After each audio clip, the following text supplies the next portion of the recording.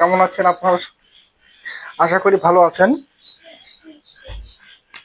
আজকের তৃতীয় ক্লাস আমাদের ম্যানারিজমের উপরে, ম্যানারিজম এবং বারক। ঠিক আছে, একটু ক্লাসে আসতে লেট হলো। ক্লাস লিঙ্কটা একটু শেয়ার করি।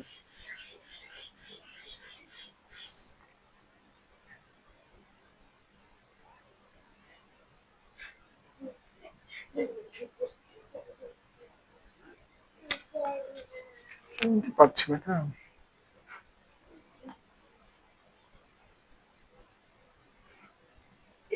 আশা করি ভালো আছেন। আজকের তৃতীয় ক্লাস আমাদের ম্যানারিজমের উপরে, ম্যানারিজম এবং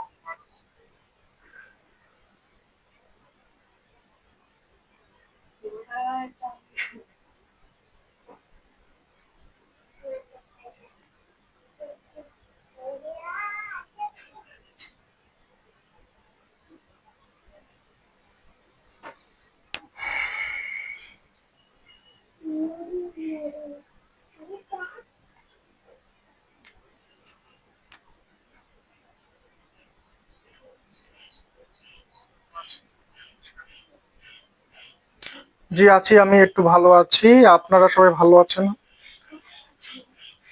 জি ভালো আছে। ক্লাসটা শুরু করি।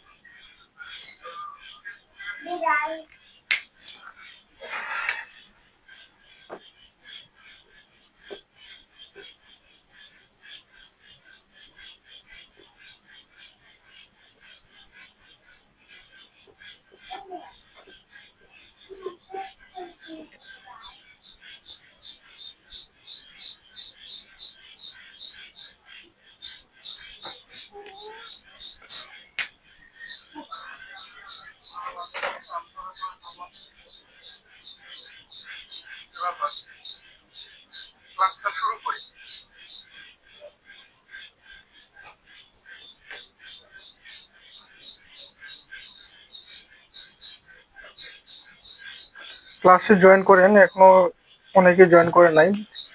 টিচ করেন ক্লাস, আমি কথা বলা শুরু করব।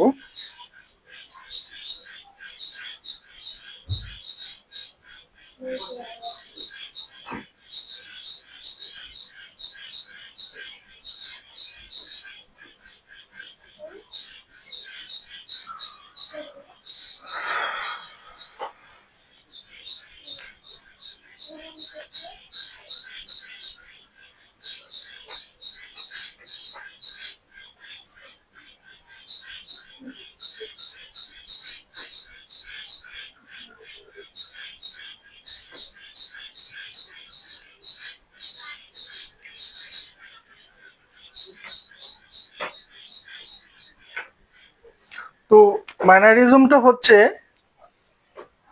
যখন ইতালিতে হাই রেনেসাঁ শেষ হয়ে গেল, হাই রেনেসাঁ শেষের দিক থেকে যে নতুন একটি শিল্প ধারা সৃষ্টি হলো বা শিল্প একটা শৈলী সৃষ্টি হলো, এই ম্যানারিজম বা হাই রেনেসাঁর পরেই যে শিল্প ধারাটি সৃষ্টি হলো সেটা হচ্ছে ম্যানারিজম।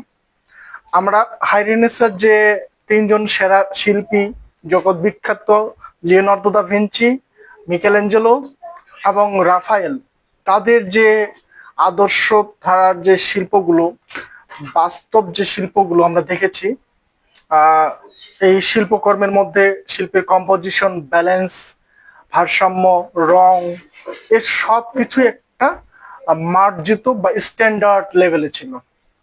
কিন্তু ম্যানারিজমে এসে শিল্পীরা শিল্পীরা একটু আন্দোলিত, বিচলিত এবং একটু উদ্ভট হয়ে গেল। ঠিক আছে, এবং শিল্পীরা সেই একেবারে আইডিয়াল যে বা আদর্শের যে জায়গাটা ছিল শিল্পের রেনেসায়, সেখান থেকে তাদের বিচ্যুতি ঘটলো। তারা নিজস্ব শৈলী বা নিজস্ব যে ট্র্যাডিশনে কাজ করা, মানে একটু স্বাধীন চেতা, নিজের মতো করে কাজ করার দিকে গেল। এটার পিছনে একটা অন্যতম কারণ হচ্ছে যে শিল্পীরা যখনই দেখবেন যে আহ, একটু উদ্ভট টাইপের কাজ করছে, ছবির মধ্যে কোনো ব্যালেন্স নাই, ভারসাম্য নেই, রঙের একটু ভিন্নতা, তারতম্য, এই যে মানে ব্যতিক্রম বিষয়গুলো হঠাৎ করে শিল্পের মধ্যে চলে আসে, এটার পিছনে কারণ থাকে হচ্ছে শিল্পীরা কখনো অস্থিরতা পছন্দ করেন না। শিল্পীরা একটা স্টেবল মানে একটা স্বাভাবিক জীবনযাপন বা স্বাভাবিক একটা পরিস্থিতিতে তারা থাকতে পছন্দ করে। এটা শিল্পীদেরকে করতে বাধ্য করে শিল্পীরা যে স্থানে রয়েছে সেই স্থানের রাজনৈতিক বা পারিপার্শ্বিক যে অবস্থাটা সেটার উপর ভিত্তি করে। যদি শিল্পীদের স্থানের যেখানে তারা বসবাস করছেন বা যে যে দেশে রয়েছেন বা যে স্থানে রয়েছেন সেখানে যদি কোনো কারণে রাজনৈতিক বিশৃঙ্খলা, কোনো আন্দোলন, কোনো অস্বাভাবিক একটা কোন রকমের স্বাভাবিক নয় এমন কিছু হচ্ছে, সেটা যুদ্ধ হতে পারে, সেটা রাজনৈতিক কোনো উত্তেজনা আন্দোলন হতে পারে, এই সমস্ত কিছু যখন একটি রাজ্যের মধ্যে বিরাজমান, তখন শিল্পীরা তাদের শিল্পকর্মের ওই যে নিপুণতা বা আদর্শ বা সর্বোচ্চ সুন্দরের বিষয়টা থাকে না, তখন শিল্পীরা ডাইভার্ট হয়ে যায়। তারা শিল্পকর্মে নিজস্ব বা নিজের মতো করে তারা শিল্পকর্ম করতে পারে। সেটা আমরা দাদাই জামায় দেখেছি, সেটা আমরা পরবর্তী বিভিন্ন আন্দোলনে দেখেছি। যেমন শিল্পীরা, এটাকে বলা যেতে পারে পোস্ট ইমপ্রেশনিজম, মানে শিল্পীরা যে ধারা থেকে বের হয়ে আসছে, এটা সব থেকে বড় উদাহরণ দাদাইজম। কিন্তু আমরা এই ম্যানারিজমে সেটা দেখি। এই ম্যানারিজমে এই ঘটনাটার মানে ম্যানারিজমের প্রেক্ষাপটে যে বিষয়টা, পিছনের যে ঘটনা, কেন ম্যানারিজম হলো, শিল্পীরা কেন এরকম হলো, এটার পেছনের কারণ হচ্ছে প্রটেস্টান্ট খ্রিস্টান এবং রোমান ক্যাথলিক খ্রিস্টান।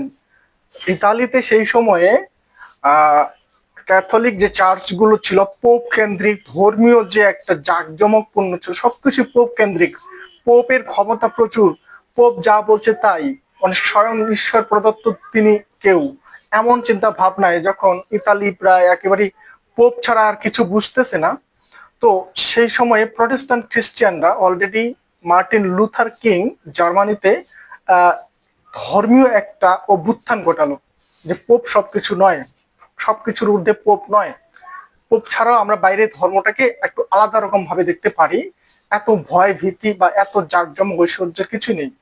তো এই রোমান ক্যাথলিক প্রটেস্টান্টদের মধ্যে যখন দ্বন্দ্ব সৃষ্টি হলো, তো এই সময়ে কি হলো, আহ ধর্মীয় যে একটা পরিবেশ বজায় ছিল ইতালিতে সেটা বিনষ্ট হলো, এবং এখান থেকেই আহ ধর্মীয় চিন্তা ভাবনার প্রতি মানুষদের বা ইতালির মানুষদের যে একটা ভয়ভীতি ছিল, একটা শ্রদ্ধার জায়গা ছিল, ওই জায়গাটা একটু বিনষ্ট হয়ে গেল, মানে ওই আইডিয়ালজিটা আর নাই। তখন এই ম্যানারিজম সৃষ্টি হলো, একদল তরুণ শিল্পী এই ম্যানারিজম নিয়ে কাজ করা শুরু করলেন। এটা হয়েছিল হাই রেনেসার পর।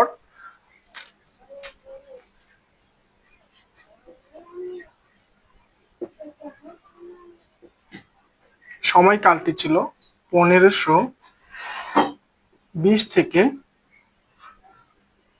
1600।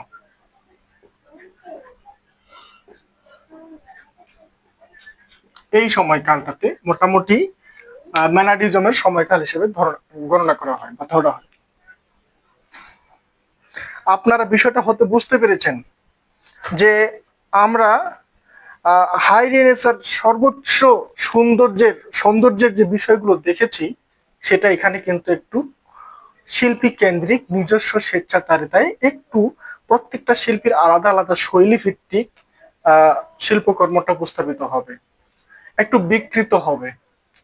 ওই সৌন্দর্যের, মোনালিসার সৌন্দর্যের বাস্তববাদিতার ওই বিষয়টা আর এখানে থাকবে না, আদর্শের জায়গাটা এখানে থাকবে, একটু নষ্ট হবে। এই নষ্ট হওয়ার পেছনে কারণ, ইতালিতে সেই সময় একটা ধর্মীয় আন্দোলন চলছিল, যেটা পোপকে অমান্য করা বা পোপ সবকিছুর ঊর্ধ্বে নয়, এইরকম একটা আন্দোলন চলছিল প্রটেস্ট্যান্ট এবং রোমান ক্যাথলিকদের মধ্যে। আর এই সময়ের একটা ঘটনা হচ্ছে যে রোম লুণ্ঠন।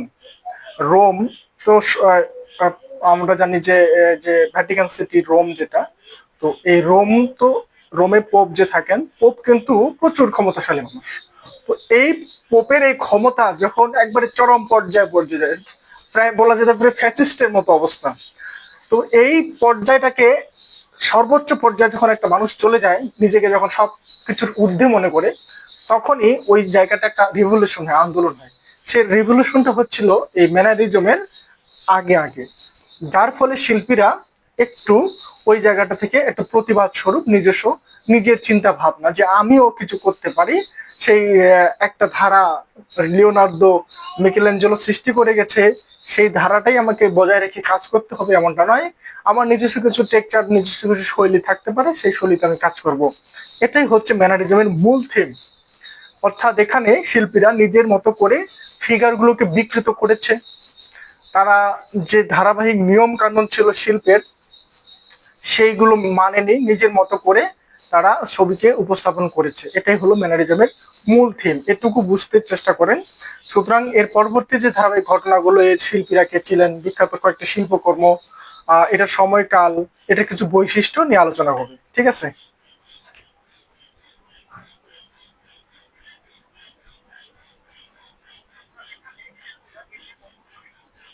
জি, আমি খুবই ভালো আছি। আপনারা একটু ক্লাসটাতে মনোযোগ দেন, টপিকগুলো খুবই ক্রিটিক্যাল, নামগুলো আরো জটিল, সব বিদেশি নাম, বাইরের ওই দেশের যারা শিল্পী তাদের নামগুলো কঠিন, শিল্পকর্মের নামগুলোও কঠিন। একটু শুধু কয়েকটা বিষয় মনে রাখার চেষ্টা করবেন। এটার ঘটনাটা কি, ম্যানারিজমটা আসলে কি, এটার সময়কালটা কখন হয়েছিল, এটার দুই একটা শিল্পীর নাম যারা ফেমাস ওই শিল্প আন্দোলনের, আর হচ্ছে কয়েকটা স্পেসিফিক কিছু শিল্পকর্ম মনে রাখতে হবে। তো ম্যানারিজমের বিষয়টা হচ্ছে হাই রেনেসার পরে ম্যানারিজমের সৃষ্টি। হাই রেনেসার পর কি হয়েছিল আমরা এটা আসলে জানি না, আজকে জানলাম যে হাই রেনেসার পরে ম্যানারিজম, এরপরে ছিল বারুক।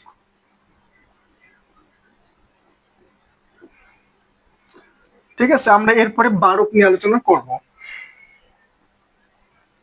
এখন এটা নামকরণ,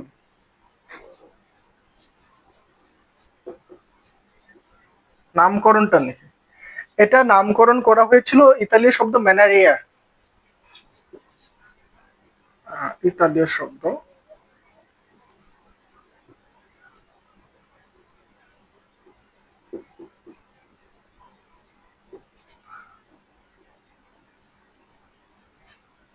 ম্যানেরিয়া।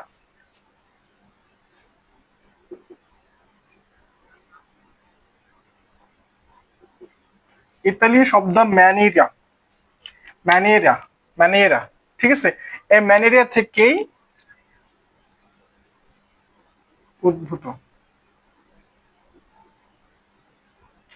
এই ম্যানারিজমটা ম্যানারিয়া থেকে উদ্ভূত, যার অর্থ হলো শৈলী, অর্থ হলো শৈলী।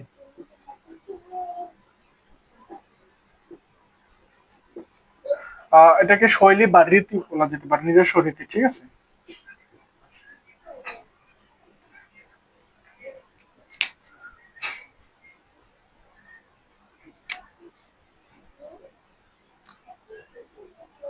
আহ,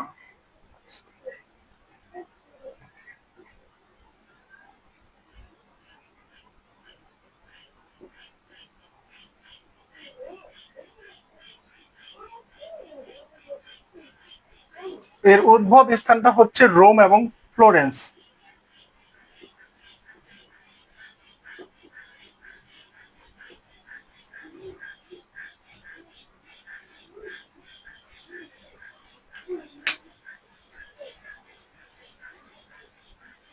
তাহলে এই শব্দটার ম্যানারিজম, ম্যানেরিয়া, ম্যানেরিয়া থেকে উদ্ভূত এবং এর অর্থ হলো শৈলী বা রীতি, ঠিক আছে? বা এটাকে টেকনিক বলা যেতে পারে। আর এর উদ্ভব স্থান মানে এটা সৃষ্টি হয়েছিল রোম এবং ফ্লোরেন্সে, একই সাথে রোমে এবং ফ্লোরেন্সে প্রায় একই সমসাময়িক সময়ে এই ম্যানারিজম আন্দোলনটির সৃষ্টি হয়।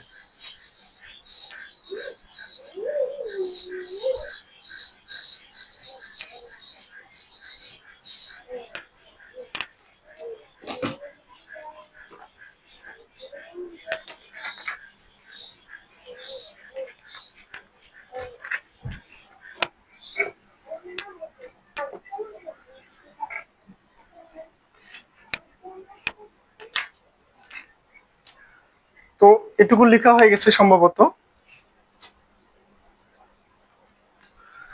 এখন এর বিষয়টা তো আমরা বুঝতে পেরেছি আসলে ম্যানারিজমটা কি ছিল। তো ম্যানারিজমের যে তরুণ শিল্পীরা, এই তরুণ শিল্পীরা স্পেশালি হচ্ছে হাই রেনেসার সব থেকে বেশি পেন্টিং করেছিল হচ্ছে মাইকেল অ্যাঞ্জেলো। তো এই মাইকেল অ্যাঞ্জেলোর যে পেন্টিং গুলো দেখবেন, সিস্টিন চ্যাপেলের যে পেন্টিং গুলো, এগুলোর মধ্যে কিন্তু একটু হলেও গতি ছিল। গতি, এই গতিটা ছিল সিস্টিন চ্যাপেলের মাইকেল অ্যাঞ্জেলোর যে ড্রয়িং গুলো ছিল সেগুলোর মধ্যে। তো এই মাইকেল অ্যাঞ্জেলোর এই ড্রয়িং গুলো মূলত পরবর্তী জেনারেশনের যে শিল্পী ছিল মাইকেল অ্যাঞ্জেলোর, তাদের একটা আহ অনুকরণের জায়গা বলা যেতে পারে। অনুকরণ মানে বিখ্যাত শিল্পীদের ড্রয়িং গুলো অনুকরণ তারা করতেন। তো এর মধ্যে মাইকেল অ্যাঞ্জেলোর ড্রয়িং গুলো বেশি অনুকরণ করা হয়েছে, কারণ এগুলো ধর্মীয় চার্চ কেন্দ্রিক ছিল। আর হাই রেনেসার সময় বেশিরভাগ পেন্টিং এ ছিল ধর্মভিত্তিক, ধর্মীয় বিভিন্ন ঘটনা, পৌরাণিক ঘটনা। দেখবেন যে বেশিরভাগই অ্যাঞ্জেলস, পিছনে ডানা লাগানো, আর এইরকম ফিগার গুলো বেশি আঁকা হয়েছে। তো এই একদল তরুণ শিল্পী ম্যানারিজমের সময়ে এসে এরা নতুন ধারায় কাজ করলেন। এরা হচ্ছেন জ্যাকপোদা। নামগুলো একটু কঠিন, নামগুলো হচ্ছে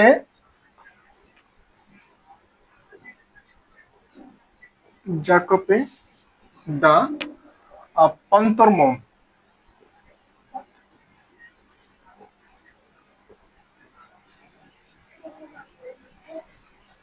এই একজন মানুষ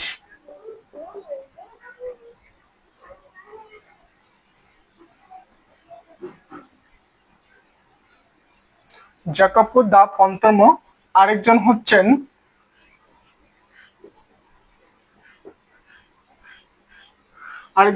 রোসো।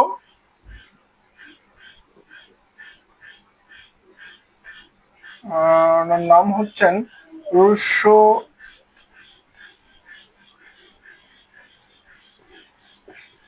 ফিউরেন্তিনো।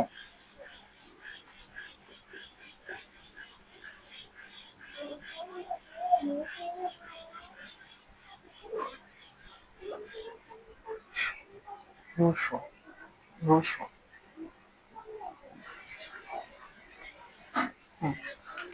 একটু কঠিন নাম, একটু বলতে ভালোই কঠিন।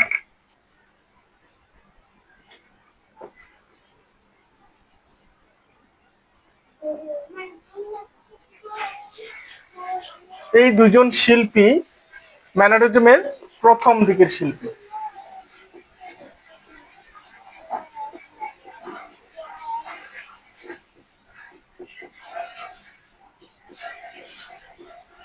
ম্যানারিজমের প্রথম দিকের এই দুজন শিল্পী।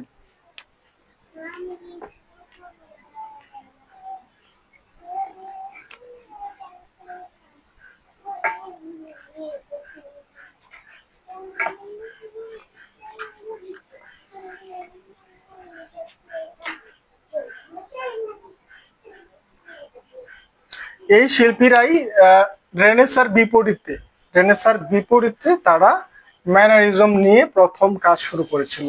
তাহলে হচ্ছে জ্যাকোপে দা পন্তর্ম, এই পন্তর্ম অন্যতম। আর রুশো ফিউরন্তিনো ফিউরন্তিনো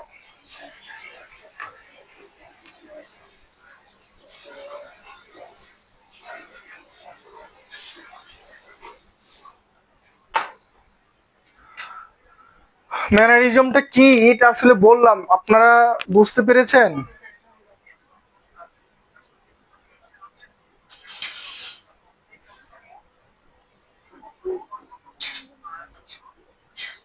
স্যার 10টা।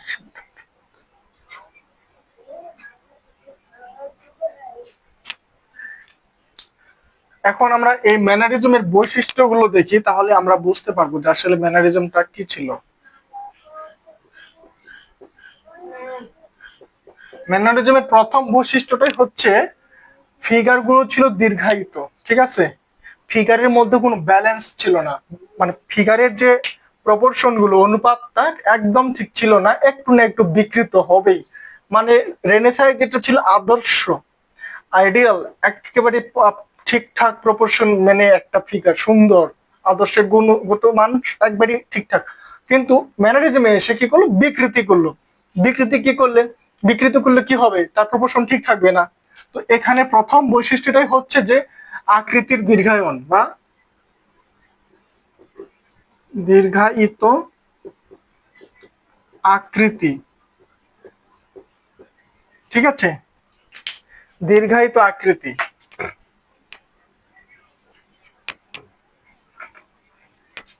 প্রথম বৈশিষ্ট্যটা হলো আমাদের দীর্ঘায়িত আকৃতি, দ্বিতীয়টা হলো বিকৃত দৃষ্টিভঙ্গি।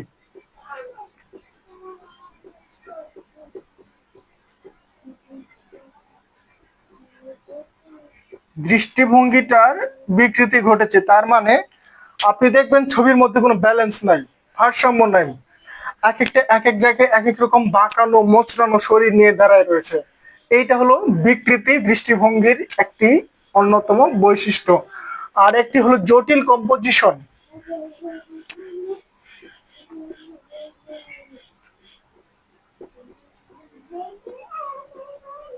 জটিল কম্পোজিশনটা কি, একটা ছবির কিন্তু মেন বিষয়টা হচ্ছে কম্পোজিশন। আপনি কোথায় কোন বস্তুটাকে বা কোন সাবজেক্টটাকে উপস্থাপন করছেন। এই পুরো ক্যানভাসে দেখবেন কিছু ফিগার আছে খুবই বড়, কিছু ফিগার আছে খুব ছোট, কোনোটা আবার এত ছোট করেছে যে এটার পার্সপেক্টিভের কোনো মিলছে না। তো এইরকম কম্পোজিশনটা মানে একটা সাবজেক্ট উপস্থাপনার ক্ষেত্রে কম্পোজিশন যেমন গুরুত্বপূর্ণ, এই কম্পোজিশনটা পুরোটাকেই একবার ক্রিটিক্যাল করে ফেলেছে তারা, জটিল ভাবে উপস্থাপন করছে। ঠিক আছে, এটা হলো জটিল কম্পোজিশন। আবেগময় নাটকীয়তা ছিল এটা আরেকটি বৈশিষ্ট্য, আবেগময় নাটকীয়তা।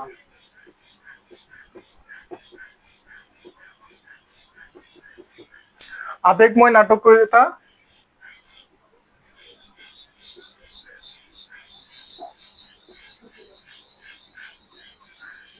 এবং বাস্তবতার বদলে ছিল শৈল্পিক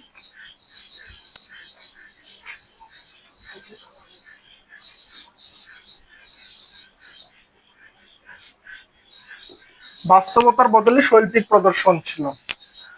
আর আরেকটা বিষয় করেছিল তারা যে বেমানান রঙের ব্যবহার করেছিল।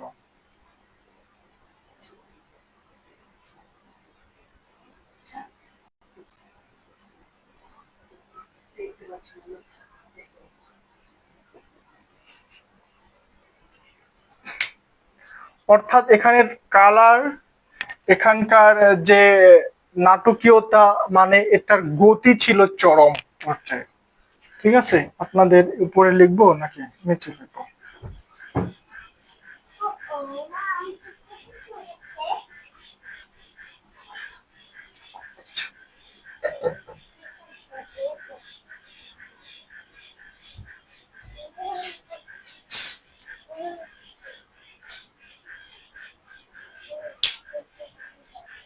তাহলে তার বৈশিষ্ট্যগুলো ছিল এই রকম যে আপনারা রেনেসার সাথে কম্পেয়ার করবেন সবসময়। এই বিষয়টাকে রেনেসার সাথে কম্পেয়ার করবেন এই কারণে, কারণ রেনেসা এক জিনিস ছিল আর এটা তার ভিন্ন হলো। কেন ভিন্ন হলো, তাহলে রেনেসা আমরা কি পেয়েছিলাম, সেটার সাথে এটার যে পার্থক্যটা, তাহলে রেনেসায় যদি ভালো ছিল তাহলে এটাতে খারাপ। রেনেসায় গুড কম্পোজিশন ছিল, এটাতে কম্পোজিশনটা জটিল হয়েছে। রেনেসায় একটা আইডিওলজি ছিল, এখানে সেটা নাই। এখানে ফিগার গুলোর মধ্যে কোনো অনুপাতের ঠিক নাই, এখানে কালার গুলো একটু শিল্পী নিজের মতো করে ব্যবহার করেছে।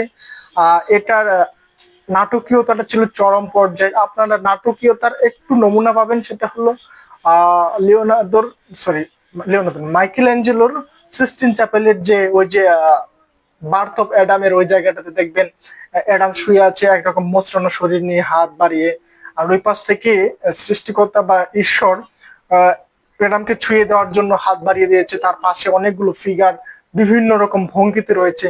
অর্থাৎ এখানে ভঙ্গিমাটা একেবারে একেবারে গতির গতির ব্যবহারের কারণে এখানকার ফিগারের যে নাটকীয়তাগুলো, ফিগারের যে ভঙ্গিমাগুলো, এগুলো সম্পূর্ণ ছিল একদম এটাকে বলে ড্রামাটিক একটা মোশন ছিল।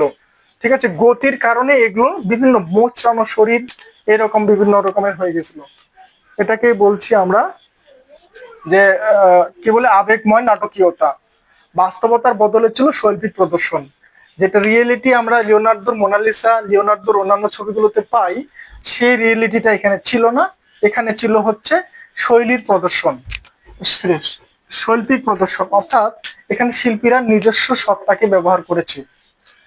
আর এখানে রঙের ব্যবহারটা ছিল শিল্পীর নিজস্ব ইচ্ছা মতো। তিনি মাঝে মধ্যে কিছু মানে সাধারণ যে আমাদের কি বলে এটাকে প্রাইমারি কালার গুলো, এটাকে লাল, নীল, হলুদ, এই কালার গুলো ব্যবহার করেছে। এগুলোর একটা কোমল ভাব ব্যবহার করেছে, কোথাও একটু গাঢ় ব্যবহার করেছে, এইরকমের একটা ব্যাপার স্যাপার এইটাতে মধ্যে ছিল।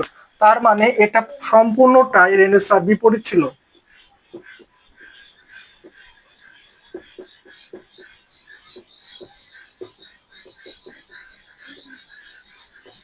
এটি ছিল রেনেসাঁর একটি বিপরীত ধর্মী কাজ। এখানে কোন রকমের বাস্তবতা, একেবারে সেম বাস্তবতাটা ছিল না।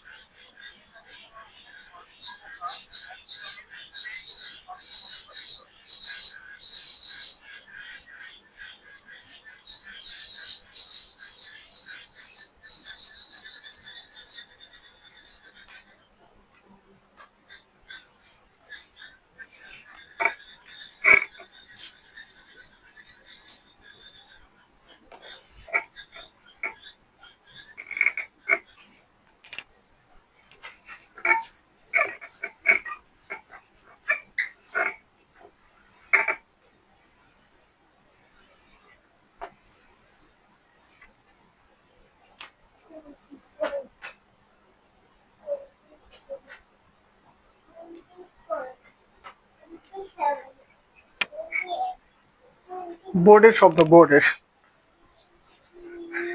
এবার আসি হচ্ছে আমরা এই শিল্পী কারা ছিল এবং শিল্পকর্মগুলো কি কি ছিল।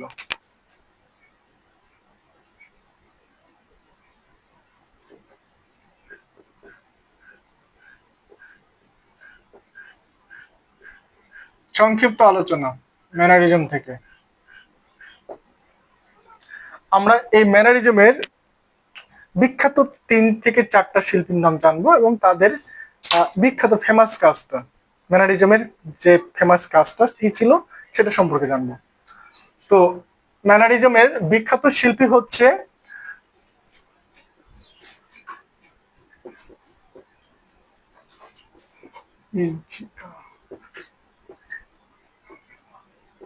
ইংলিশ নামগুলোর পরিবর্তে বাংলা লিখে দিচ্ছি, ঠিক আছে। পারমিজিয়ানিনো, হুম, পারমিজিয়ানিনো, ইনি করেছেন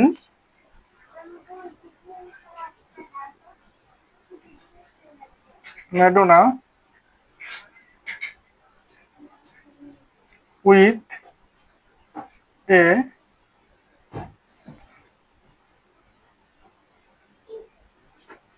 long neck, Madonna with a long neck, ঠিক আছে, এটা এ। ইংলিশে বলুন Madonna with a long neck. এখানে ম্যাডোনাকে আঁকা হয়েছে, কোলে শিশু যিশু শুয়ে আছে, পাশে 3 থেকে 4টি ফিগার রয়েছে, কিন্তু এখানে ফিগারগুলোর পা গুলো অনেক লম্বা লম্বা, আর ম্যাডোনার গলাটা তুলনামূলক তার বডির থেকে একটু লম্বা। এই জন্য ছবিটার নাম হয়েছে ম্যাডোনা উইথ এ লং নেক, লম্বা ঘাড়ের বা লম্বা গলার ম্যাডোনা, ঠিক আছে। এটা শিল্পী হচ্ছেন পারমিজিয়ানিনো, পারমিজিয়ানিনো। আর একটা হচ্ছে আহ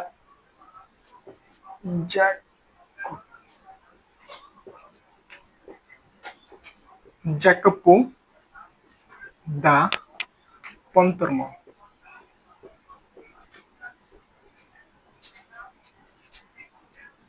পন্তর্ম, এই যে পন্তর্ম সাহেব, জাকাপো দা পন্তর্ম, এই এগুলো ইটালিয়ান শব্দ, তো এগুলো একটু স্পেলিং গুলো আলাদা রকম।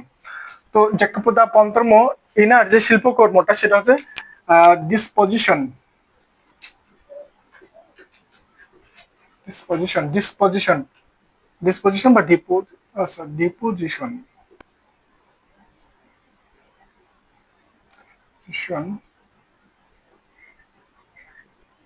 from cross, from the cross,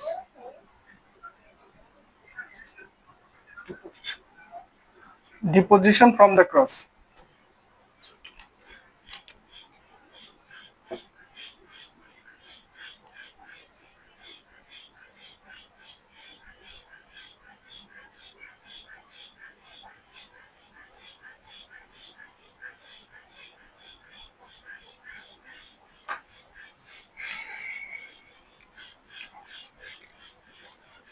Deposition from the cross, Jacopo da Pontormo, আর Parmigianino Madonna with a long neck. ঠিক আছে, এই দুইটা শিল্পীর প্রথম এই কাজটি খুবই এটা এটা নাম এটা নাম মনেই রাখবেন যে পারমিজিয়ানিনোর ম্যাডোনা উইথ এ লং নেক, এটা ফার্স্টেই বলবেন, কারণ আপনাকে যদি প্রশ্ন করা হয় যে ম্যানারিজমের একটি বিখ্যাত শিল্পকর্ম বলো, এটা খুবই কমন এবং একটা অন্যতম উল্লেখ বিখ্যাত ছিল ম্যানারিজমের। তার মধ্যে এই পন্তর্মের ডিপোজিশন ফ্রম দ্য ক্রস, এটা গুরুত্বপূর্ণ একটি ছবি ম্যানারিজমের। আর স্যার ম্যানারিজমের সংজ্ঞা বডি লিখে দেন প্লিজ। ম্যানারিজমের সংজ্ঞা আপনাদের দ্বারা বলতেছে।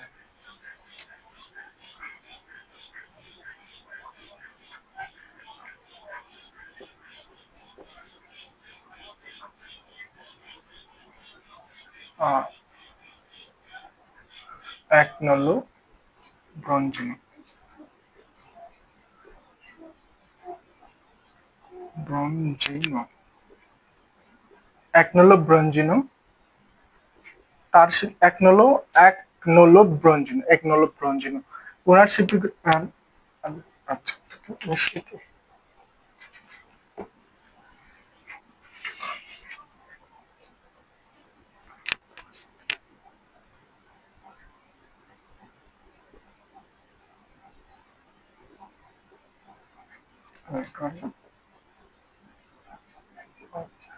Allegory of Venus.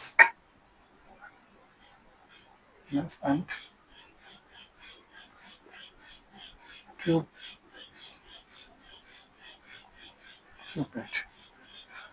Allegory of Venus and Cupid. Oh, and our Bangla Lexi and Cupid. 4 নাম্বারটা হচ্ছে এল Greco.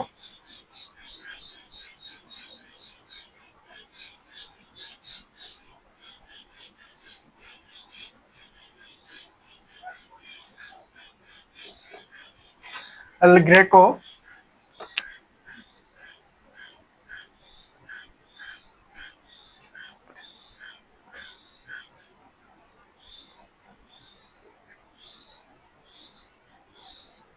the barrier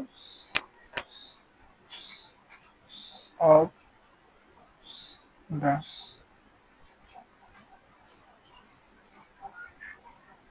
the count of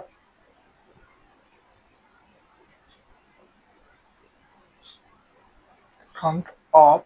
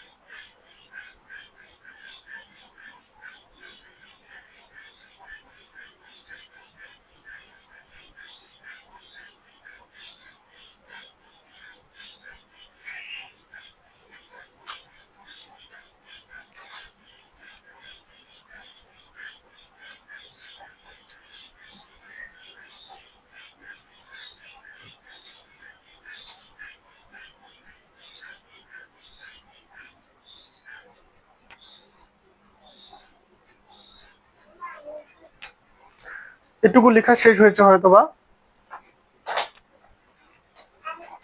এই কয়েকটা শিল্পীর নাম কষ্ট করে নামগুলো মুখস্থ করবেন এবং শিল্পকর্ম কয়েকটা নাম মনে রাখবেন।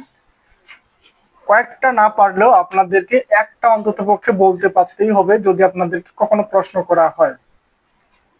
ঠিক আছে? আর আউট অফ সিলেবাস থেকে আমাদের এই দুইটা চারটা টপিক করানো হবে। ম্যানারিজম, বারোক, রোকোকো এবং নিও ক্লাসিজম নিয়ে ক্লাস হবে। তো এটার আসলে বিষয়টা কি, এটা আমাদের কাছে একটু ক্লিয়ার থাকা দরকার। ম্যানারিজমটা আসলে কি, এটার একটা অন্তত পক্ষে শিল্পকর্ম বা বিখ্যাত একটা শিল্পী, এটা জানা দরকার। এবং এটা কখন শুরু হয়েছে, কখন শেষ হয়েছে, ম্যানারিজমটা আসলে কখন শুরু হলো, কখন শেষ হলো, এর সময়কালটা, এটা কিসের প্রেক্ষিতে এটা সৃষ্টি হলো, কেন এটা সৃষ্টি হলো, এর প্রেক্ষাপটটা কি আসলে, বা এর পটভূমিটা কি, এটা একটু জানতে হবে, ঘটনাটা কি। আর এটার ম্যানারিজম শব্দের অর্থ কি এটা আমরা বলেছি, যেটা কোথা থেকে আসলো। এটার অন্ততপক্ষে দুইটা শিল্পী এবং দুটি শিল্পকর্মের নাম। ঠিক আছে, 2 থেকে 3টি শিল্পী এবং শিল্পকর্মের নাম, এতটুকু মোটামুটি আপনি বলতে পারলে বা আপনার মনে থাকলে ম্যানারিজম নিয়ে আপনাকে আর হয়তো তেমন কোনো আর আটকানোর মতো প্রশ্ন বা অত গভীরে যাওয়ার মতো দরকার আমার মনে হয় না যে আমাদের এনটিআরস এর জন্য গুরুত্বপূর্ণ। তো এটাই হলো প্রশ্ন।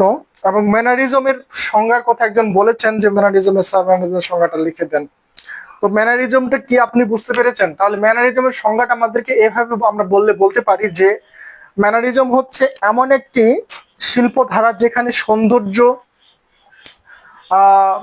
ভারসাম্য, আহ, কি বলে, ব্যালেন্সের কথা বললাম, সৌন্দর্য, ভারসাম্য এবং বাস্তবতার বাইরে ভিন্নভাবে এটাকে নাটকীয় গতির চরম একটি অবস্থা, বা নাটকীয় বা গতির একটি ভিন্ন শিল্পধারা, যেটা আমাদের জেনারেল যে সৌন্দর্যের, যে আমরা রেনেসাঁ যে সৌন্দর্য পেয়েছি সেই সৌন্দর্যের বাইরে একটি আলাদা, এবং এটি সৌন্দর্যের বাইরে, এবং এখানে এসেছে গতি এবং নাটকীয়তা, আবেগ এবং কল্পনা প্রসূত চিন্তা ভাবনার যে শিল্পকর্মটা হয়েছে সেটাই হলো ম্যানারিজম।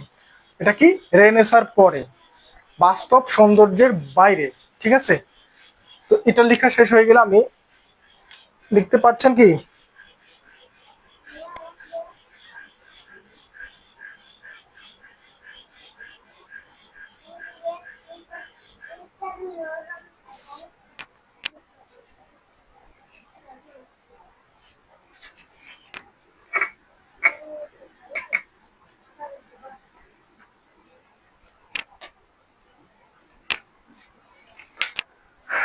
তাহলে আপনাকে বলি যে ম্যানারিজম দেখতে পাচ্ছেন, ম্যানারিজমটা আসলে হচ্ছে যে বাস্তব সৌন্দর্য, ভঙ্গি, কল্পনার বাইরে গিয়ে।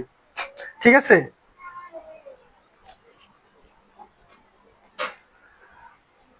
ছবিকে নাটকীয় বিকৃতি এবং আবেগপ্রবণ, নাটকীয় বিকৃতি, আবেগপ্রবণ করাটাই হচ্ছে ম্যানারিজম।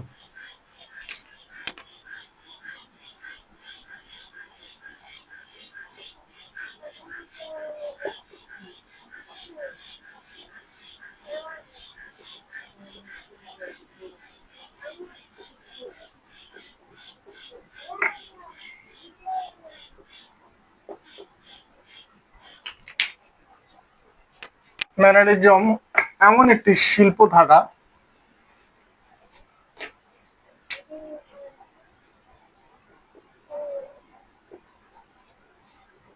যেখানে বাস্তবতা, সৌন্দর্য,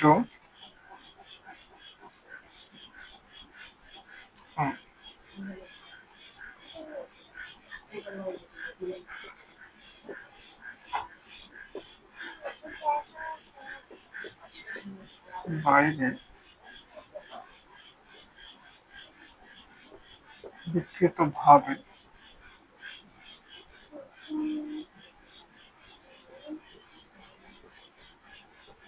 আবেগ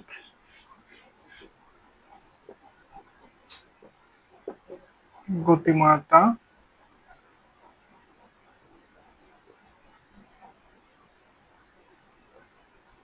আবেগ গতিময়তা, নাটকীয়তা,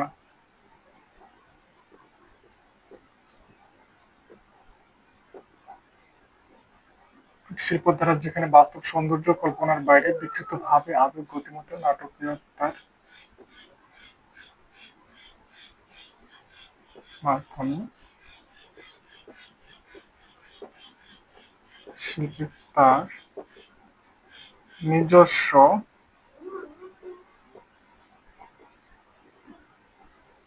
শৈলী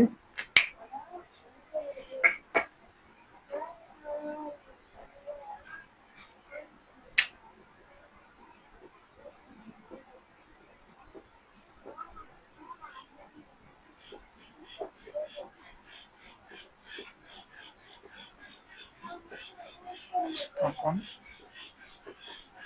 করেন। এটার ধ্রুপদী কোনো সংজ্ঞা হয় না, বুঝতে পারছেন? যেমন শিল্পের কোনো ধ্রুপদী সংজ্ঞা নেই। এক একজন পণ্ডিত, এক একজন মানুষ, এক একজন যে যেভাবে শিল্পকে পেরেছেন নিজের মতো করে সংজ্ঞায়িত করেছেন। সো মূল বিষয়বস্তুটা এখানে থাকলেই হলো। সুতরাং ম্যানারিজম বলতে আপনি যা বুঝেন, আপনি তখন এটাকে যেভাবে সংজ্ঞায়িত করবেন সেটা এটি সংজ্ঞা হতে পারে। আপনি মূল থিমটা বুঝতে পারলেই আপনি নিজে থেকে সংজ্ঞায়িত করতে পারবেন। তাহলে ম্যানারিজমে আমরা কি পেলাম? এই বৈশিষ্ট্যগুলোকে একটু মাথায় রাখেন। বৈশিষ্ট্যগুলো এখানে ন্যাচারাল সৌন্দর্যটাকে বিকৃত করা হয়েছে, অর্থাৎ এটার মূল কাজই ছিল হচ্ছে শিল্পকর্মটাকে বিকৃত করা, এবং এটাতে ইমোশনটা বেশি, আবেগটা বেশি ছিল, যার ফলে এটার নাটকীয়তাটা হয়েছে বেশি। ফিগারগুলো হয়েছে প্রায় বেশি গতির কারণে ফিগারগুলো দেখবেন অনেক মোচড়ানো, অনেক বাঁকানো, কোনোটা উপরে নিচে মাথা, এইরকম ভাবে ফিগারগুলোর কোনো সঠিক উপস্থাপন ছিল না। শিল্পী যখন যেভাবে মনে করেছে ঠিক সেভাবেই তিনি ফিগারগুলোকে তার ক্যানভাসের মধ্যে এঁকেছেন। এটার নির্দিষ্ট কোনো মানে নিয়ম নীতি তোয়াক্কা না করে তিনি তার নিজস্ব শৈলী, নিজস্ব ধারায় কাজ করার চিন্তা ভাবনা থেকে তিনি কাজ করেছেন। সুতরাং যে আইডিওলজি বা আদর্শের জায়গাটা ছিল রেনেসায়, যে আদর্শ এবং ক্লাসিক্যাল ধারার যে বিষয়গুলো ছিল রেনেসায়, এটা সম্পূর্ণটাই তার অপোজিট। এখানে কোনো ওইসব নিয়ম নীতি মানা হয়নি। শিল্পীরা নিজস্ব একটা শৈলী সৃষ্টি করার চেষ্টা করেছেন। তো ম্যানারিজম যদি বলি, তাহলে ম্যানারিজম এমন একটি শিল্প ধারা যেখানে বাস্তবতা, সৌন্দর্য যে বিষয়টা ছিল এবং কল্পনার বাইরে এটাকে বিকৃত ভাবে, এই যে গুরুত্বপূর্ণ কথা হচ্ছে বিকৃত ভাবে আবেগ গতিময়তা নাটকীয়তার মাধ্যমে শিল্পী তার নিজস্ব শৈলী ব্যবহার করে উপস্থাপন করেন, আর এটাই হচ্ছে ম্যানারিজম। ঠিক আছে?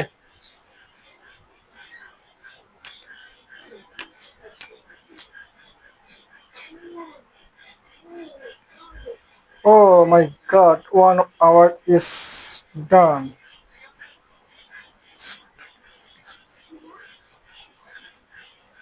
আর কিছু প্রশ্ন?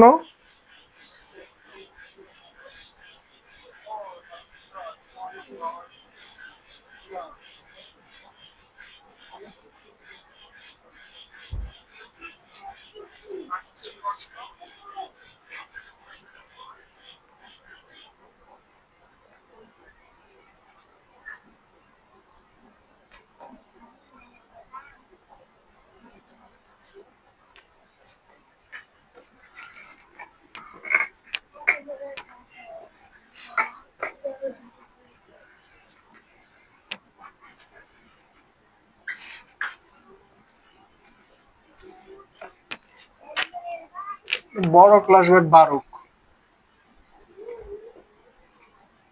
এই একদিনই হয় না ক্লাসগুলো মিটিং না করে। এখন আসি বারুক নিয়ে আলোচনা। আপনাদেরকে আমি বলছি, আপনারা একটু শুনেন। বারোকের সময়কালটা হচ্ছে ম্যানারিজমের পরে। সুতরাং রেনেসা এবং বারোকের মধ্যবর্তী যেটাকে বলে, এটাকে কি বলে, সন্ধিক্ষণ। হ্যাঁ, এটা ছিল ম্যানারিজম, বারোক এবং রেনেসা। তো বারোক হলো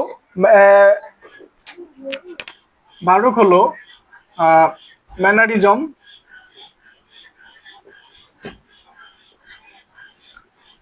এবং রোকোকো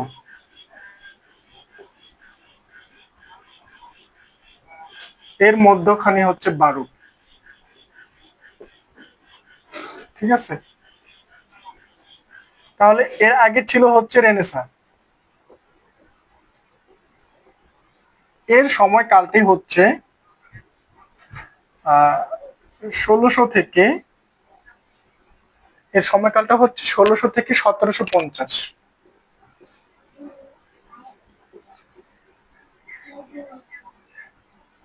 ঠিক আছে, তো যখন ম্যানারিজম শেষ হয়ে গেল 1600 সালে, 1600 সাল থেকে প্রায় 1750, এই 150 বছরের মতো এই বারুকটা টিকে ছিল। এই বারুক শব্দটির ব্যুৎপত্তিগত অর্থ, ঠিক আছে, ব্যুৎপত্তিগত অর্থ হলো অনিয়মিত বা অদ্ভুত। বারুক শব্দের ব্যুৎপত্তিগত অর্থ হলো অনিয়মিত বা অদ্ভুত। ঠিক আছে,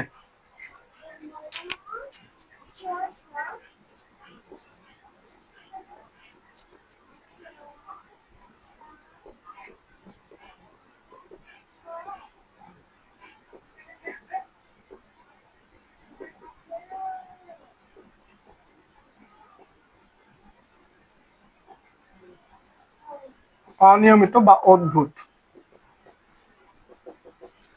এবং এইখানে আসি যে অদ্ভুত, আচ্ছা আচ্ছা, অদ্ভুত আকৃতির।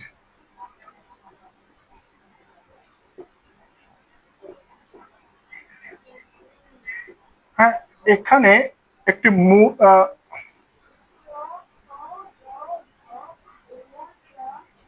এই ধরনের একটি মুক্তা টর্সো টাইপের, ঠিক আছে, পুরুষ ফিগারের বডির এই যে টর্সোটা আছে, হ্যাঁ, এই টর্সো টাইপের একটি মুক্তা, এখান থেকেই বারক শব্দটি নেওয়া হয়েছে।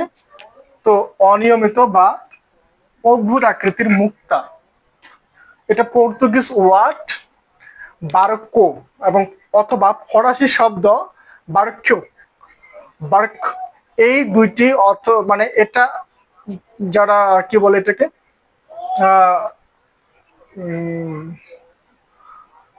পণ্ডিতদের মতে এটা পর্তুগিজ শব্দ থেকে, বারক্কো থেকে, অথবা ফরাসি শব্দ বারক থেকে নেওয়া হয়েছে।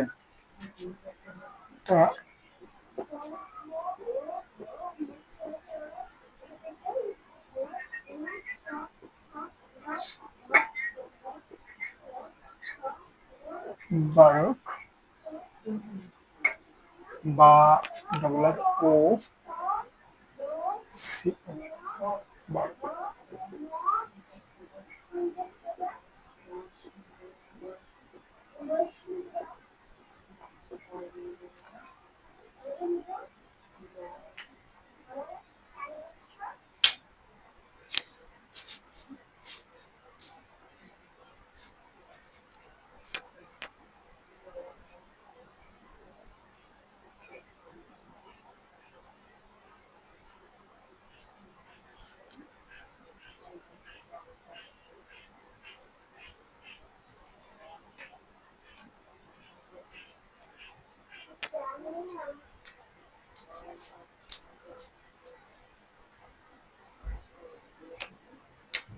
লেখা শেষ।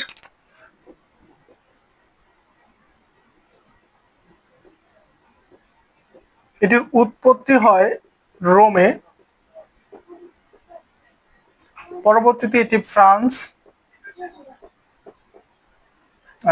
ফ্রান্স, তারপরে কি Spain, France, Spain, France, Spain, Austria, Portugal এসব দেশে যায়।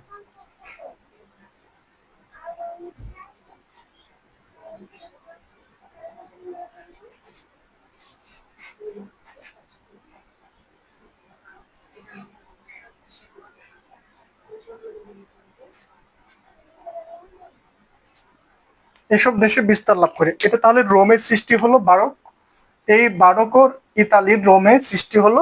পরবর্তীতে এই বারক কিন্তু আহ, এই কয়টা দেশে দ্রুত বিস্তার লাভ করে, কিন্তু ওভারঅল পুরো ইউরোপে এটা মানে বিস্তার ঘটেছিল বারকের। পুরো ইউরোপে, ওভারঅল পুরো ইউরোপে, রাশিয়া থেকে ইউরোপের যতগুলো দেশ রয়েছে প্রায় সব জায়গায় বারকের প্রভাব ছুঁয়ে দিয়েছিল বা বারক বিস্তার লাভ করেছিল। তাহলে রোমে এটার সৃষ্টি হলো, এর উৎপত্তি স্থান হচ্ছে রোম। শব্দটা হচ্ছে বারক্য থেকে এসেছে, পর্তুগিজ শব্দ, ব্যুৎপত্তিগত অর্থ হচ্ছে অনিয়মিত বা অদ্ভুত আকৃতির মুক্তা। এটা সময়কালটা 1600 থেকে 1750।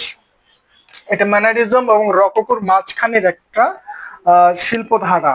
ঠিক আছে, তো এইটুকু নিয়ে এখন একটু আপনাদেরকে বলি যে বারকটা আসলে কি।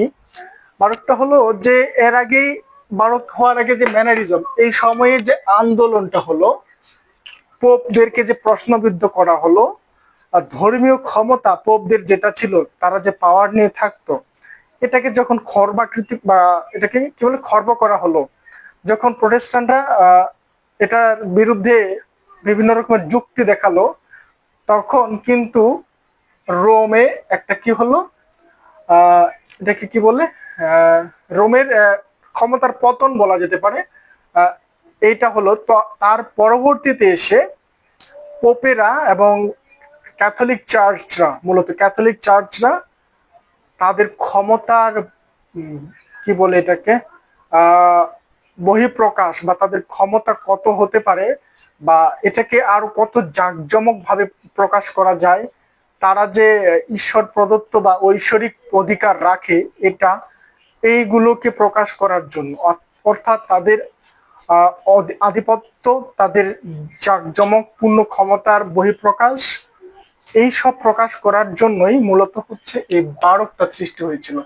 যেটা মূলত হচ্ছে শিল্পকর্ম আরো আধুনিক, আরো জাঁকজমকপূর্ণ এই রকম একটা অবস্থায় চলে গেল। এই সময়ে শুধু ড্রয়িং অ্যান্ড পেন্টিং নয়, স্কাল্পচার থেকে শুরু করে আর্কিটেকচার, সঙ্গীত, আর থিয়েটার, এইরকম বিভিন্ন যে শিল্পের যে শাখাগুলো রয়েছে, সব শাখাগুলোতেই বারকের যে জাঁকজমকপূর্ণতা, অলংকার প্রিয়তা বা এটা সৌন্দর্যের দ্বিগুণ মাত্রা প্রকাশ পেয়েছিল।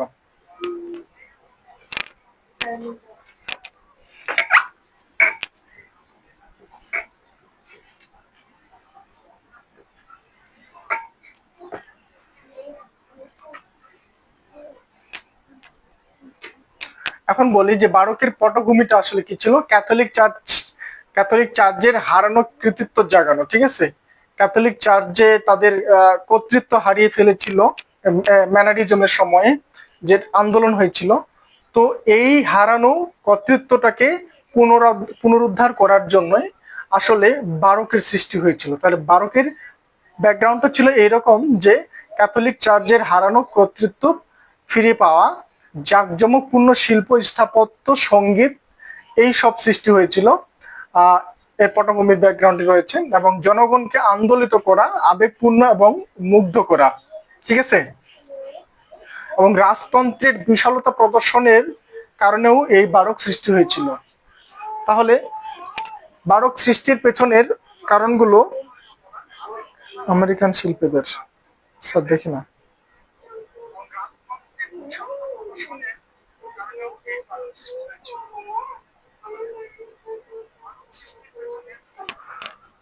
আহ ঠিক আছে, এখন তাহলে বারক সৃষ্টির পেছনের কারণগুলো হলো,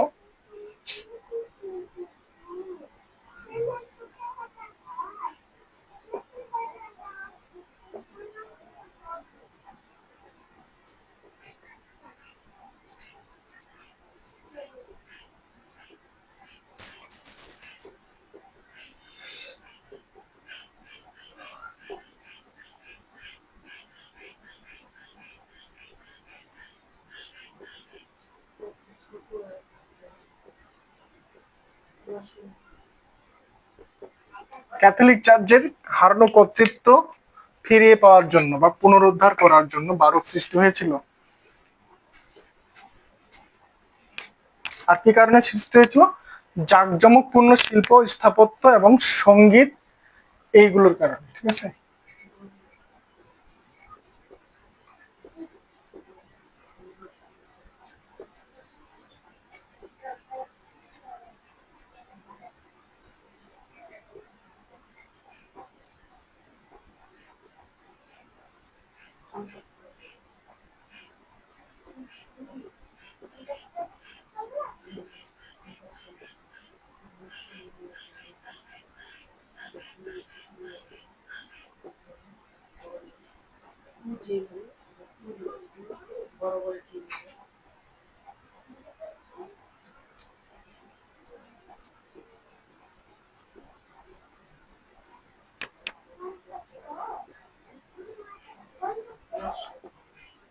জনগণকে আন্দোলিত, মুগ্ধ ও এটাকে কি বলে, জনগণকে আন্দোলিত করা, মুগ্ধ করা এবং আবেগপূর্ণ করা।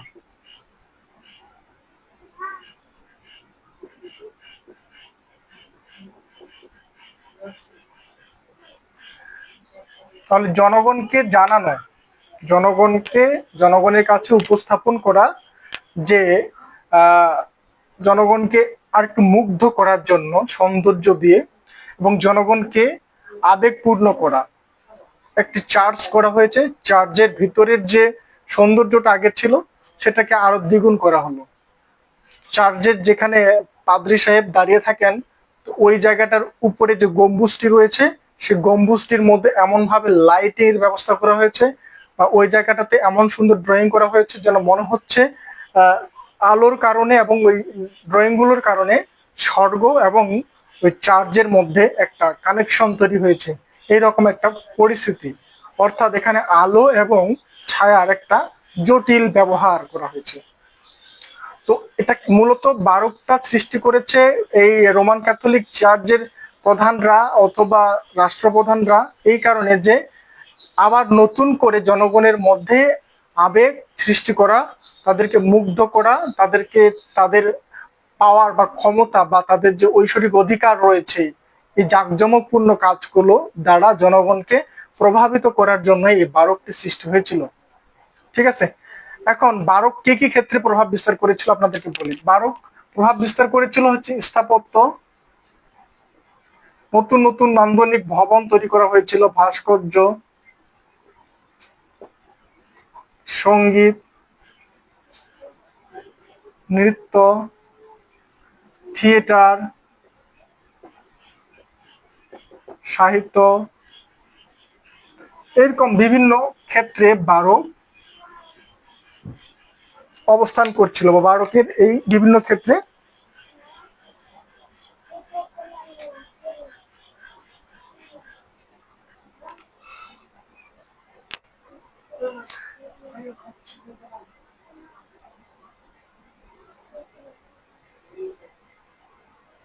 জি জি, এটা মূলত ওই যে রোমান ক্যাথলিক চার্চের যে পুরোহিতরা ছিলেন তাদের দ্বারা।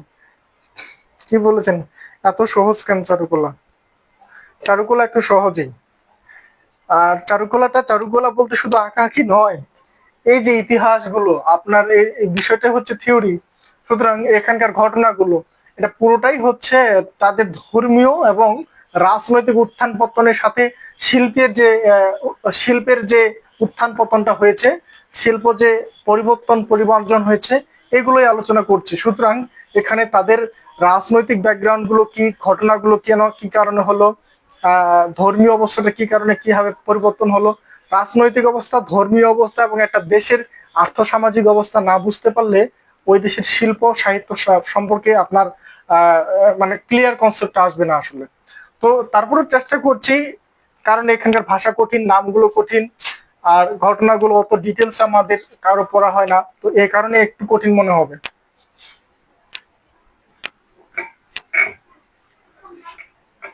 বারকটা ছিল মূলত হচ্ছে ম্যানারিজমে যখন ক্যাথলিক চার্চ একটু অপমানিত হলো, তাদের কর্তৃত্ব নিয়ে প্রশ্নবিদ্ধ করা হলো তাদেরকে প্রটেস্ট্যান্টরা। এটা প্রশ্নবিদ্ধ করলেন হচ্ছে প্রটেস্ট্যান্ট, কি বলে এটাকে, লুথারেন, মার্টিন লুথার। তো এরা, তো পরবর্তীতে এরা আবার নতুন করে জাগরিত হলো। এই নতুন জাগরণটাই জাঁকজমক ভাবে আবার নতুন করে সব জায়গায় নিজেদের প্রকাশ, স্থাপত্য, ভাস্কর্য, চিত্রকলা, সব জায়গাতে যে জাঁকজমকতা, আলো ছায়ার তীব্র কন্ট্রাস্ট, এই জায়গাগুলোই হচ্ছে বারক। তো বারক আমরা দেখলাম যে সঙ্গীত, নৃত্য, ভাস্কর্য, আসবাবপত্র সব জায়গাতে এর একটা নগর পরিকল্পনা থেকে শুরু করে সাহিত্য, থিয়েটার, সব জায়গাতে এর প্রভাব ছিল এই বারকের। তো বারকের চিত্রকলায় বারক আসলে কি কি ছিল বা এর মূল মূল কয়েকটি শিল্পকর্ম এবং শিল্পী এগুলো আমরা নাম জানবো। এই শিল্পীগুলো হচ্ছে কারাভাজ্জিও, ক্যারাভাজ্জিও, CARAVARO কারাভাজ্জিও। তো বাংলায় নামগুলো লিখে দিচ্ছি আপনাদেরকে। তো Caravaggio the calling of the Saint Matthews, the calling of Saint Matthews, এই শিল্পকর্মটি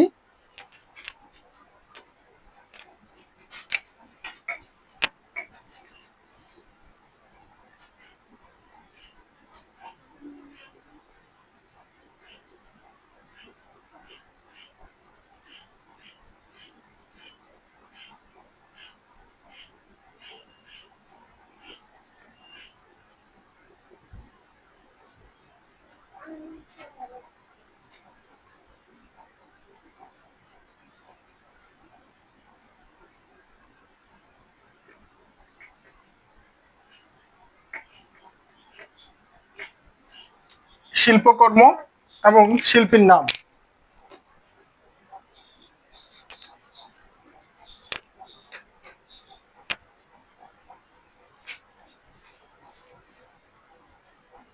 the calling of Saint Matthews, Caravaggio এবং the night watch.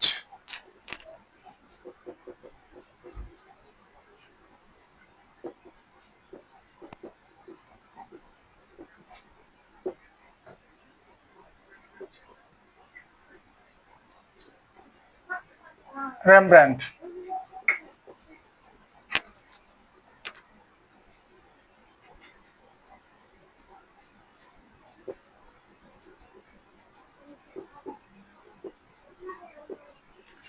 Las Meninas, Diego,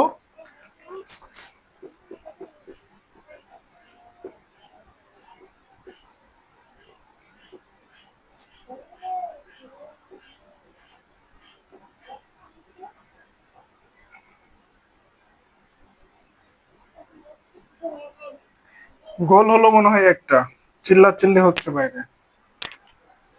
Las marinas এটি একটা শিল্পকর্ম। দ্য লাস্ট ওয়াজ র্যামব্র্যান্ডের শিল্পকর্ম। The calling of Saint Matthews, Caravaggio, এটা Rembrandt এবং Diego Velazquez. এবং the girl with pearl earring, এটা একটা, দ্য জোহান্স ফার্মার।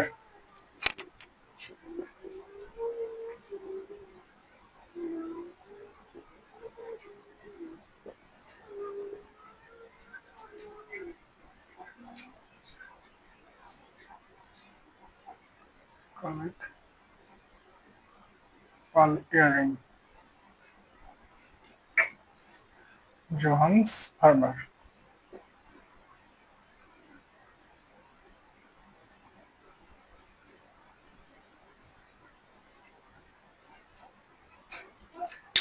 এগুলো একটু মোটামুটি পরিচিত কিছু ড্রয়িং, যেমন the girl with pearl earring, the night watch, the calling of Matthews, Saint Matthews, Las Meninas. এই যে the calling of Saint Matthews, the night watch র্যামব্র্যান্ডের, যখন আমরা র্যামব্র্যান্ড সম্পর্কে আলোচনা করেছিলাম তখন তার শিল্পকর্মগুলোর বৈশিষ্ট্য কি এটা ছিল আমরা পড়েছি।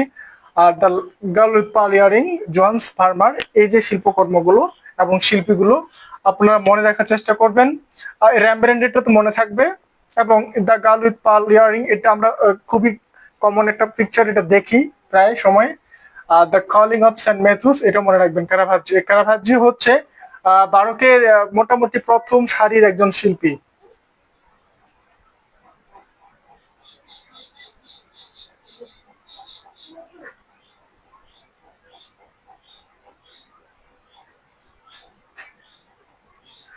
আরেকটা শিল্পকর্মের নাম বলবো, descent from the cross, descent from the cross.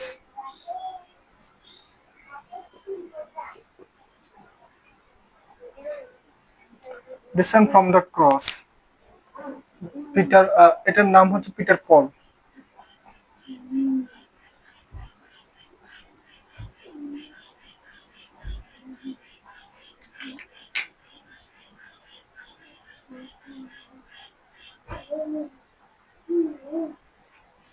Peter পল, এই যে লাস্টেরটা এটা হচ্ছে পিটার পল, আর এটা হলো এটার সাথে, এটা তো এটাই সোজা। এই তো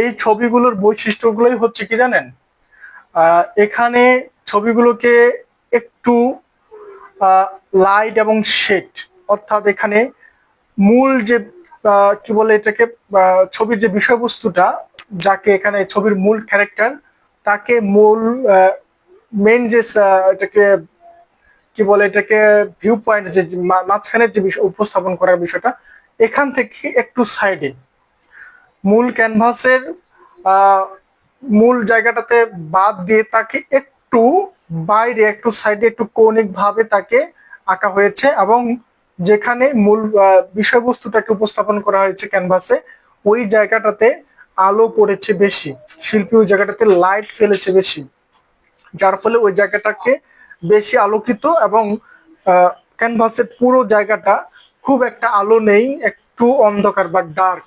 এই যে লাইট শেডের তীব্র মানে কন্ট্রাস্ট করেছেন, এখানে এই ছবিগুলোর জাঁকজমকতা পূর্ণ পেয়েছে, এবং এই প্রত্যেকটা পেন্টিং এক একটা স্টোরি বা এক একটা গল্প উপস্থাপন করে।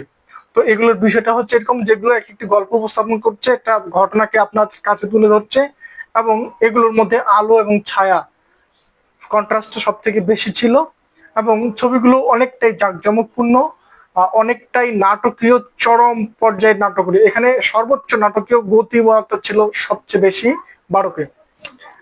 বৈশিষ্ট্যগুলো লিখছি, এগুলো লেখা হয়ে গেলে বৈশিষ্ট্যটা লিখে দিচ্ছি, বৈশিষ্ট্য লিখলেই ক্লাস শেষ, তারপরে খেলা দেখবো। শব্দ করিস না।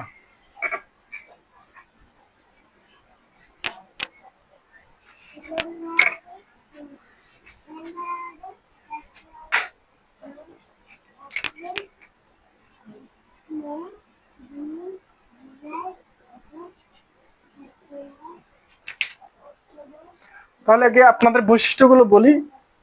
আলো ছায়ার তীব্র বিপরীত ছিল, বা আলো ছায়ার মধ্যে চরম পর্যায়ের একটা কন্ট্রাস্ট ছিল, বিপরীত ছিল, এবং গতিশীলতা ও শক্তি ছিল এটার মধ্যে, ছবিগুলোর মধ্যে গতিশীলতা এবং ছিল শক্তি।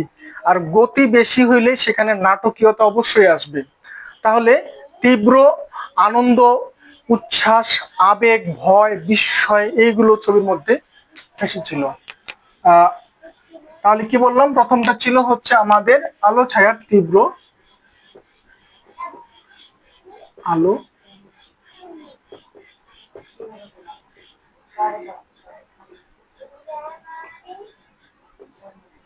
তীব্র বিপরীত ছিল ছবি, আলো ছায়ার তীব্র বিপরীত ছিল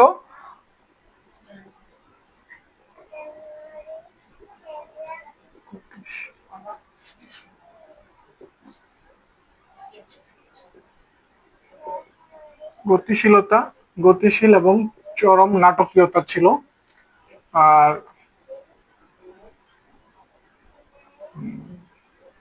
বিষয়টা ছিল হচ্ছে ভয়, উচ্ছ্বাস, আনন্দ,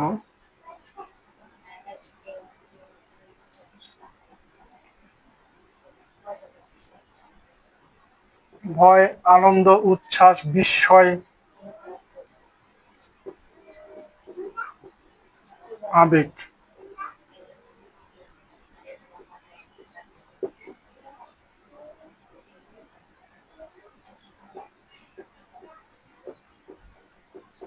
এইসবের প্রাধান্য ছিল বেশি, মানুষ বেশি উচ্ছ্বসিত, আনন্দিত, খুবই বিস্ময়, ভয়, এইসব বিষয় মানে এই ছবিগুলোর মধ্যে পুরো এক্সক্লামেটরি সেন্টেন্সটা এখানে খুবই ভালো মতো ইয়া করা হয়েছে, কারণ মানুষকে আবার জানাতে হবে, একটু জাগাতে হবে, ধর্মের প্রতি ভয়ভীতি নিয়ে আসতে হবে। এটা ছিল রোমান ক্যাথলিকদের একটা টার্গেট। এই জন্য এই ছবিগুলোতে দেখবেন একটু ভয়, বেশি আনন্দ, উচ্ছ্বাস, ঐশ্বরিক কিছু ভয়ভীতি ব্যাপার, এই কারণটা সৃষ্টি হয়েছিল ওই যে লাইট শেডের কারণে। চরম অন্ধকার একটা রুমের মধ্যে এক জায়গায় লাইট ফেলে দিয়েছে, হাঁ করে একটা ভয়ঙ্কর শব্দ করলো, এই যে ভয় ভীতি, আবেগের মানে আবেগ জাগানোর বিষয়টা, এই ছবিগুলোর এটা ছিল মূল কাজ। এবং এটার আরেকটা হচ্ছে যে অসমিতিক বা যেটাকে বলা যেতে পারে যে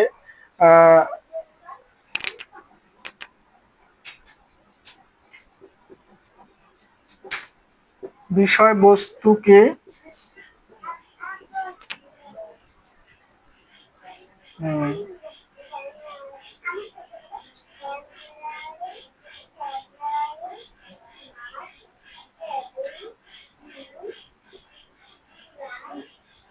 মূল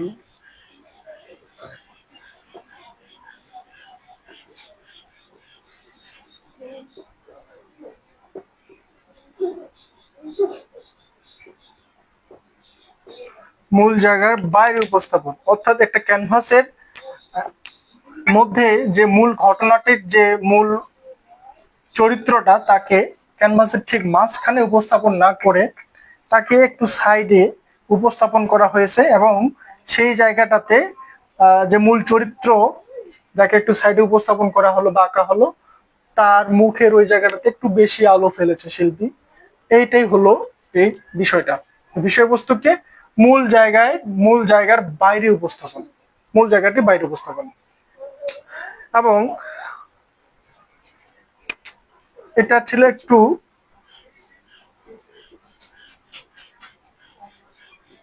বাস্তবসম্মত ও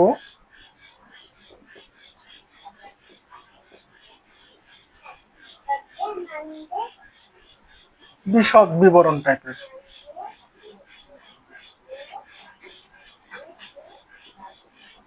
গল্প উপস্থাপন।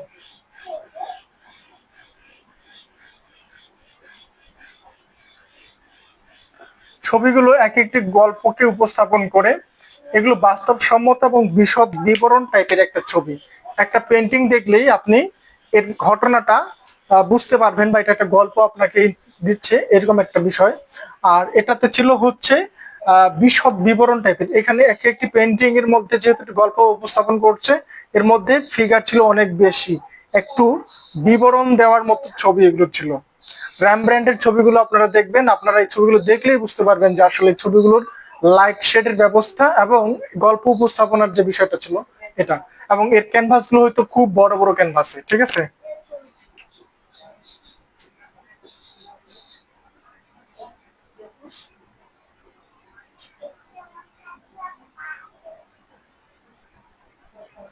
বিস্তৃত এবং বড় ক্যানভাসে এর ছবিগুলো তৈরি করা হতো।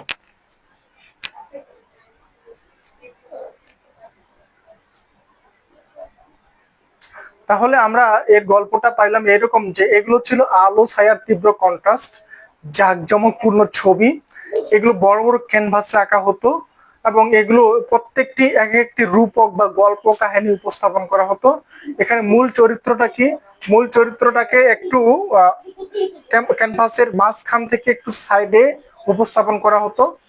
আর এই ছবিগুলো ছিল হচ্ছে তীব্র আবেগ, আনন্দ, বেদনা, বিস্ময়, এসব এই ছবিগুলোর মধ্যে প্রকাশ পেয়েছিল।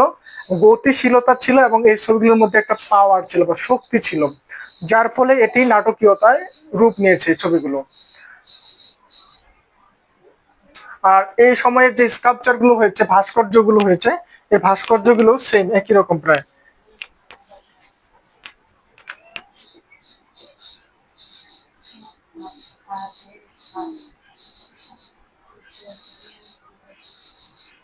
এই সময় যে ভাস্কর্য গুলো হয়েছে সেটা হচ্ছে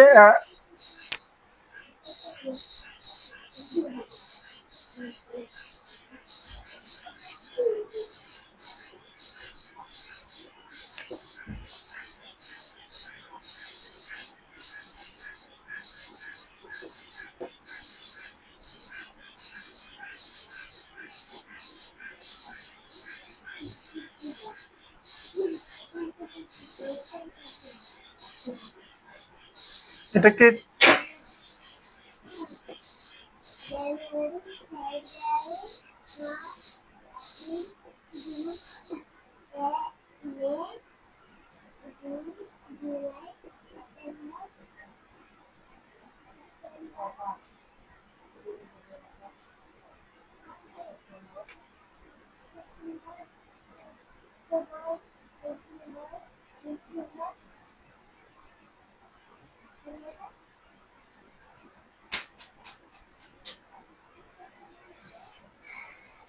একটু লিখে রাখেন।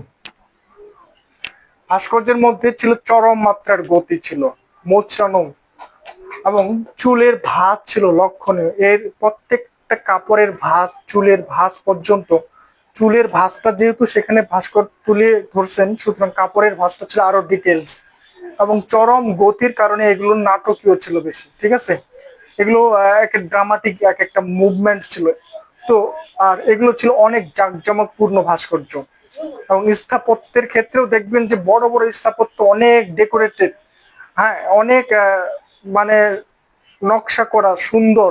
এটাই হচ্ছে বারোক্কো। বারোক্কোর মূল গল্পটাই হচ্ছে, আপনাদেরকে লিখে দিচ্ছি, এটা লেখা হয়ে গেছে মনে হয়।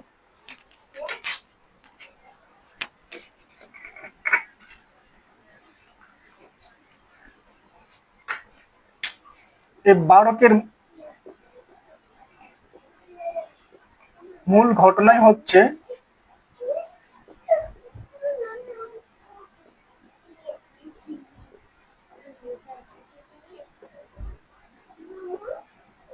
বিস্মিত।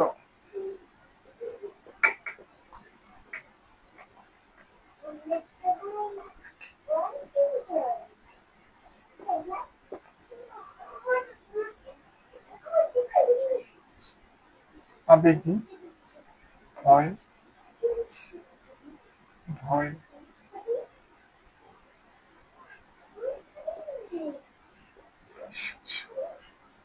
আহ,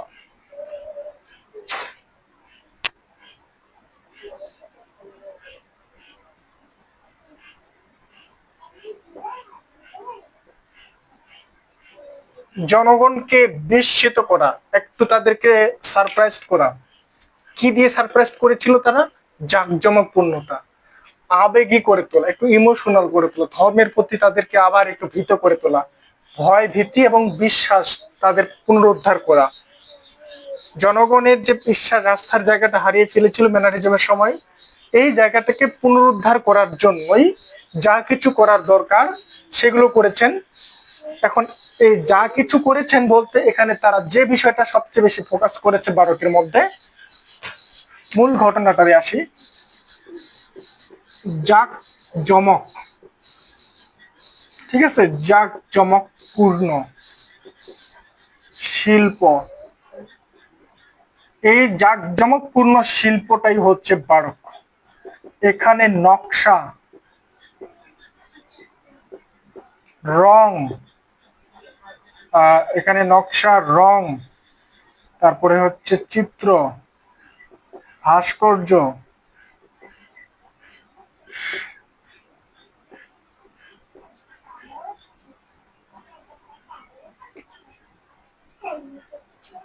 ঐশ্বরিক ও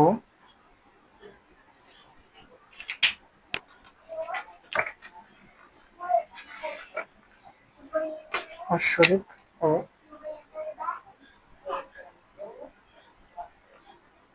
দারুণ আকর্ষণীয়।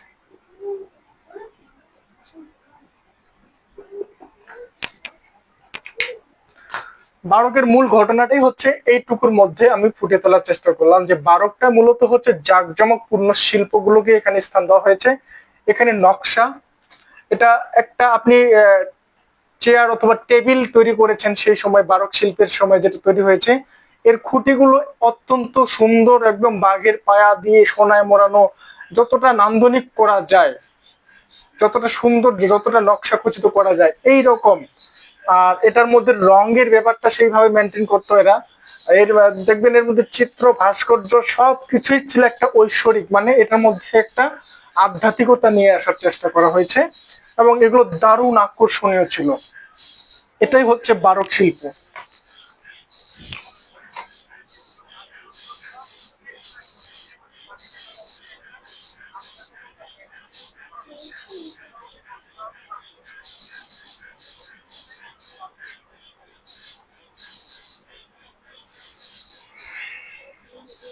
তো ঠিক আছে, আজকের ক্লাসটা আমি এখানে শেষ করছি। চরম উত্তেজনার মধ্য দিয়ে ক্লাস শেষ হয়ে যাচ্ছে, এদিকে ম্যাচ শেষ হয়ে যাচ্ছে, আর্জেন্টিনা মিশরের ম্যাচ। জামিল ভাই বলছেন আহ,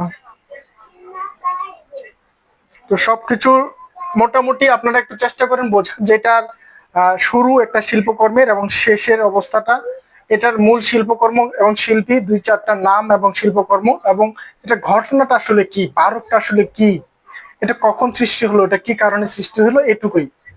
সো আজকে ক্লাসটা এখানে শেষ করছি, ধন্যবাদ।